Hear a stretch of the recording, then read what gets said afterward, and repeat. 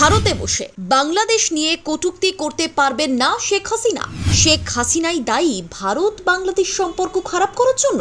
শেখ হাসিনাকে কোনো সাহায্য তাহলে করছে না ভারত সরকার। বাংলাদেশ থেকে ভারতের বিদেশ সচিব ফেরার পর শেখ হাসিনাকে নিয়ে বড় সিদ্ধান্ত ভারতের। ভারত বলছে তারা ক্ষমতাচ্যুত প্রধানমন্ত্রী শেখ হাসিনার অন্তর্বর্তী সরকারকে নিয়ে সমালোচনাকে সমর্থন করে না। দ্য হিন্দু রিপোর্ট অনুসারে কংগ্রেস নেতা শশী থারুরের নেতৃত্বে বিদেশ বিষয়ক সংসদীয় স্থায়ী কমিটিকে ব্রিফ করার সময় ভারতের বিদেশ সচিব বিক্রম মিস্ত্রি বলেছিলেন যে এই সমস্যাটি ভারত বাংলাদেশ সম্পর্কের ক্ষেত্রে একটি ছোট বিরক্তিকর বিষয় হিসেবে রয়ে গিয়েছে।